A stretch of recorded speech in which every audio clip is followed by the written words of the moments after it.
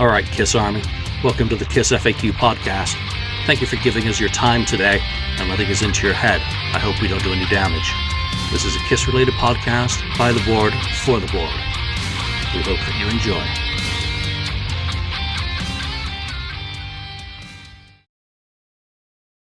Anyway, Gary, good to see you again. Great to see you. We didn't get a chance at the last couple of Rock and Roll Pod Expos, but this year, I don't want to talk about Cyndi Lauper or Nelson or any of your other stuff. I got to do just Kiss. Okay. Because it's the 30th anniversary of Paul Stanley's solo tour this year. So Yeah. I wanted you to be the first one of the band members that I hopefully get a chance to talk about, reminiscing about how that tour came together. Now, I know you did keyboards for the Crazy Nights tour, but you had some ups and downs during that. You left the tour at one point and then came back for the European leg. How did you find out that Paul was going to be doing a solo tour in February of '89? Well, like you said, I had been on the Crazy Nights tour, then I left, then came back for the Summer Monsters of Rock tour, so I was actually back in the circle at that point. And Paul just called me up and said, hey, I'm thinking about doing a club tour, as you know, a solo club tour. 4 shows, just go out and have some fun, put together a completely different band, but he wanted me to be a part of it. Right. And he wanted to get to play some of the stuff from his solo record that he never got to play and just go out and have some fun. Was there any friction? Because None. there's been some challenges with your separation from the band during the tour. No, but at that it was point, all smooth? At that point, everything was beautiful. And to be honest, I think I got along better with Paul on his solo tour than any other tour that I ever did with the band. Because he was in a different place mentally. Like he was just there to have fun. There was no pressure. There was none of the competition for the spotlight with Gene. Right. You know, he was in the spotlight, and we were there to support that and do as good a job as we could, and we had a blast doing it. Right. So the approach was he just called you up out of the blue. You had already left. Did you have any anticipation of working with Kiss again after the Crazy Nights tour, or had you moved on and just gotten that call? No, you know, the stuff that happened during the Crazy Nights tour was pretty much nipped in the bud when I had gone out for the start of the tour and then was sent home around Christmas time, and then I was brought back for some shows in the U.S. and then sent home again. And when they called me to do the summer, the Monsters of Rock that summer, we kind of worked out everything that, you know, all our differences for what had happened on the Crazy Nights tour. Right. And we worked out our business and set things right, and I never had another issue with that again. And so the Monsters of Rock tour was amazing. That was a great tour. Big markets, though, in Europe, obviously. Yeah. And, you know, and when we did the Monsters tour, they had kind of revamped the set list quite a bit and pulled out a bunch of the old classics that they hadn't been playing, like Deuce and Strutter and songs that weren't in the show, and they decided to give the fans what they were actually asking for all the time, which was a lot of those old classic songs. And so we killed it. We weren't the headliners, but we were probably a lot of the times the best received band on the bill. Right. Now that tour, obviously, they did bring back the classics, but on Paul's solo tour, he brought in 3 songs from his solo album, 78 solo album, a couple of rare or obscure songs from the Kiss catalog in terms of, I think, Let's Put the Axe in Sax and Hide Your Heart, which hadn't even been on an album. Right. How did the set come together in rehearsals? Did Paul pretty much come in and have a great idea, this is what I want to do, and what the roles of all you guys in the band, how he wanted you to perform, or was it more organic, see how the band worked together and go from there? I don't really remember, but I would be pretty certain that the song selections were all from him, and I would probably imagine that we learned more than we actually did, and those decisions were probably made organically when we were in rehearsals and seeing what songs flowed and what songs sounded good and what songs he liked playing. obviously Paul already knew you as a keyboard player and how Right. you could fill the holes, Right. so to speak, in the set. Did he give you any different direction when working with him in a solo context, or did he just bring you in because he knew how you would fill those holes? Yeah, that was pretty much the way it was. Right. He never really gave me direction. He never really gave me direction with Kiss either. You know, when I was initially hired for Kiss, it was really to play keyboards on the songs that had keyboards. But once I was there, I wasn't going to be happy playing 3 songs and standing around watching 14, you know? Right. So I found a way to play on everything and do it in a way where I wasn't necessarily playing keyboard type parts that drew attention to the fact that they were keyboards, but it was more about filling in this, like you said, filling in the holes and just strengthening what was there from them just to make it sound better. And how did it contrast? I mean, you go from these massive stages on the Monsters of Rock into basically 1,000-seat, clubs, if you could even describe it as that, you know. Oh, you mean as far as Paul's tour? That's part of what made it fun. You know, we were on one bus, band and crew, because we had a very small crew, obviously. So we probably only had like 4 guys on the crew and 5 in the band. The bus sleeps 12, and so it was tight quarters, and including Paul. Paul was on the bus with us, and we were playing clubs, which was fun. You know, it's different when you're struggling and you're playing clubs and you're struggling to do that, as opposed to staying at the Four Seasons, pulling up on a tour bus, but playing clubs. Right. That are sold out and mayhem because more people want to come there than they could fit. So there's a bit of a different mindset about it. So it doesn't feel like you're stepping down a level. And as long as you gear up for what you're doing and you don't try to stuff a stadium show into a club, right, it's easy to do. Yeah, and there wasn't pyro. There was basically just lights, and then it was the music speaking for itself, which I think has always been very important to Paul Stanley, that his music can stand firmly on its own. Exactly. But how, compared with like the dynamics of having Gene Simmons and Bruce Kulick and Eric Carr on Crazy Nights, how was it with Eric Singer on drums, obviously, Derek St. James on bass? Yeah. Well, okay, Eric Singer, he and I hit it off the minute we met, and he's a phenomenal drummer. Yep. Probably my favorite rock drummer that I ever played with. Yeah, absolutely. That's a high compliment. I'm sure Eric appreciates hearing that. I'll tell you what, his playing on the first Badlands record, which was a beast. Yeah, and that was the record. I mean, they were just wrapping that record up and getting ready to start promoting it when we were doing the solo tour. So that band was brand new, and it was really. I was a fan, so but we hit it off. We have the same sarcastic sense of humor and personality, and so we got along really well. And he became my, when you're on a tour like that, you always have one guy that you call when it's time to go eat or go to the mall or whatever. Right. And on that tour, he was definitely my buddy. What about the difference between, say, Bruce Kulick and Bob Kulick on lead guitar? I mean, both of them are incredible players, but they're also very different players.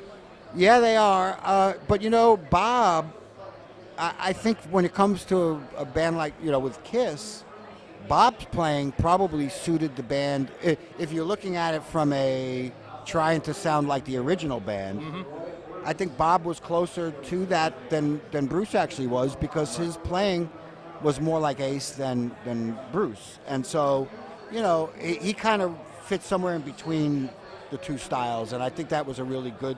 He had a great sound, a great tone, but he was closer to Ace's kind of generation, and Bruce is just a little bit younger, and came up through a slightly different route. So that's kind of the difference that I always felt between the two. Yeah, Bob wasn't as much as a shredder like Bruce, like I think of Bruce. When I think of Bruce, I do think of that finger tapping. He's perfect for the Eddie Van Halen. Yeah, exactly. Where Bob is more kind of a traditional 70s, bend one note and Joe Perry, Brad Whitford, that class of player. Yeah.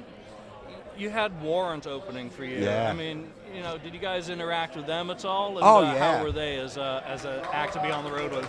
Well, again, they were just getting started. They were young. Yeah, and they were just. I think the first record was just coming out. Right. And so they would they were at the point where they would get to the club at 3 p.m. and wallpaper the club with the album covers, and they were going and doing in-stores and trying to get the record launched, and they were thrilled to be there because they were all Kiss fans, and so there were so many bands that came through my time there with those guys, whether it was Paul or Kiss. I have friendships with guys like Joey Allen or Mark Slaughter, from all these guys that opened for Kiss at one time or another, that, Ted Poley from Danger Danger. All those guys grew up being Kiss fans before they were ever musicians. And so, like on the Hot in the Shade tour, when I had my condo where they hid me, because I was able to be hidden so well, it became a hangout spot for the opening guys. When after they were done, they'd go towel off, and when we were on, they'd come hang out in the condo with me and sing background parts with me. So for them, it was fun for Ted to be singing backgrounds on Kiss songs that he grew up listening to. It was always a lot of fun. That's one of the cool things about the videos from this tour, is that you're actually on stage. You're not off stage, or that one Crazy Nights video where you're caught kind of behind the curtain. You see the magician. So that was really nice to see you as a fully kind of integrated and respected member of the band. I mean, regardless of how important what you were doing is on the Kiss tour, here you're a member of a band, right? Fully. Did that make you feel better as a musician, obviously, to be kind of fully validated? Well, it's strange because Kiss is the only band that I ever did the offstage thing for. And like I said before, I was fine with it because, A, it was the job description when it was offered to me. It wasn't something that they sprung on me. And I completely understood why they would do it. I wouldn't accept a keyboard player on stage with Kiss, and I'm a keyboard player. Right. And so I wouldn't expect the diehard Kiss fans to it never bothered me to do that, and I never really felt like it was a disrespectful thing. But there were other bands in the 80s that had contacted me at the time to do the same thing for them that I said I wouldn't, that I refused to do it for. Right. Because to me, they didn't deserve to have that luxury of hiding the keyboard player. Right. There were keyboards all over their records, and there was no reason to hide. It would be like, then why don't you hide the guitar player too? I mean, so. Absolutely. But with Kiss, it was totally understandable. What about you as a musician? Did these gigs with Kiss and Paul Stanley, pay benefits for your career and your visibility in the industry? Did you get something out of it on a professional level other than it being a job? Yes and no. I mean, it was a job first, but hey, look, I wouldn't be sitting here talking to you 30, God.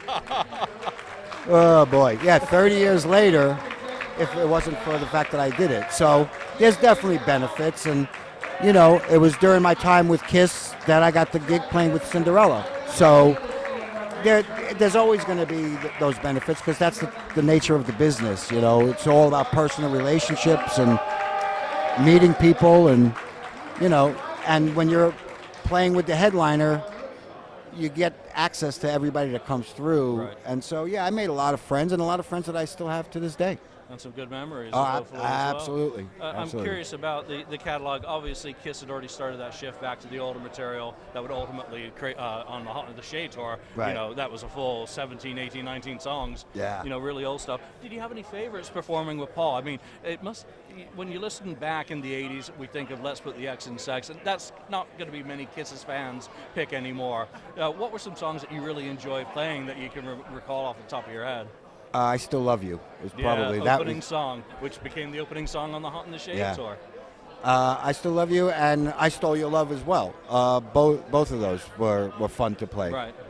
I would say those would probably be the two songs that stick out to me. And what about Paul's 78 solo album? I mean, there were 3 songs, Tonight You Belong to Me, Wouldn't You Like to Know Me, and Goodbye, which closed out the set. Were those fun to play? Yes, absolutely. And it was fun to play stuff that had never been played before. Because on the Kiss stuff that they had been playing, that we were playing, it was apparent what we were doing different or what we were doing the same, and if there was something that Paul wanted us to do the same. But on those songs, there was no reference. And so, we were able to create what we did with them from scratch, as opposed to trying and were there any songs that you really were grind to get through on a nightly basis? You're like, gotta do it. Let's put the X again. I'm sorry, that's an easy target for me. It's never been one of my favorites, but it's the best they could do at the time. Yeah, I don't know. Yeah, that wasn't my favorite either. I don't even want to go into it, but maybe when the mics are turned off. But no, I mean, it was all fun. Nothing sticks out 30 years later as being, oh man, I hated that or anything like that. It was just that whole when that topic comes up, the Paul Stanley solo tour, it's just nothing but good memories to me. No, and it was over so quickly. I mean, you got to throw in a Zeppelin song in there as well, Communication Breakdown. I mean, Paul had done a whole lot of love in the 80s a few times with Kiss, but nice to hear him throw kind of that nod to one of his inspirations into the set. Absolutely. Well, we used to do that at soundcheck every day, even with Kiss. Paul would, when it came time, once everything was dialed in and it came time to play a song, a lot of times it wouldn't be a Kiss song. For the sound check, a lot of times. Every time I've talked to you, you've been very positive about your experiences with Kiss, even when you've described some of the challenges that you went through. Were there any lowlights on this tour that you can recall, working with Paul, other than it maybe being too short? Yeah, that would be the only thing. I mean, because like I was saying earlier, it started out as 4 shows, and it quickly grew to, 10 or 12 or however many. And the offers were coming in for Japan and for Europe and all of that stuff, but we ended up having to pull the plug and not accept those dates because it was going to conflict with Kiss. Right. And it was going to start conflicting with the recording of Hot in the Shade. Exactly. What are you working on these days? I mean, you live around Nashville. You still work, obviously. Yep. What's going on in Gary Corbett's life that you'd like to tell everyone about? Oh, well, I've been doing a little bit of everything. I've done country music. I've toured with a country artist, a Nashville country artist, for almost 8 years. Right. Been doing the scrap metal thing with the Nelson Twins and Mark Slaughter and those, and Lita Ford and Dee Snider. What a great bunch of people. Yeah. I mean, in terms of niceness, the Nelson guys are some of the nicest human beings that anyone can meet. Yeah. Mark Slaughter, one of the nicest human beings anyone can meet. Yeah. And Lita's a sweetheart, too. Absolutely. So, yeah, we just came back from Alaska, about a month ago. But we did 4 shows up there with Kip Winger and Jack Russell along with us as well. That's some great 80s bands there, Yeah, and doing those shows, it's so much fun because we're playing 3 songs from each one of the artists, and so the set is nothing but hits. Right.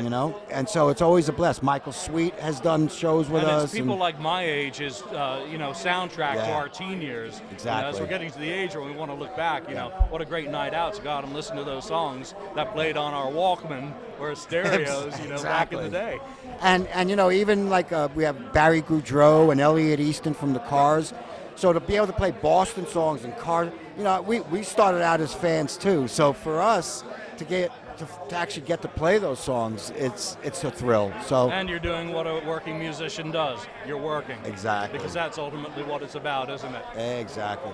At a very early age, my dad instilled that in me, that if you're going to do this as for a living, you can't always make the choices to only do the stuff you love doing. You got to sometimes do the stuff that pays the bills. Awesome. But, there's very little in the way of making music with people that ever feels like a job to me. I really struggle to even come up with anything. If you're talking about like being on tour and playing, and I always loved my job. Well, that's a great way to end. Gary Corbett, thank you very much for taking time to talk to the KissFAQ. And great to see you. Hopefully see you next year at the Nashville Rock and Pod.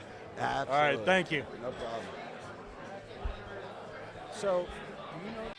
Thank you for spending time listening to the KissFAQ podcast today. All sales are final, there are no refunds. If you'd like, look us up on Facebook or come over to the KissFAQ message board and discuss the topic we've broadcast today. Don't forget to rate us on iTunes, Spreaker, or wherever you've listened to the show. We hope you'll join us again.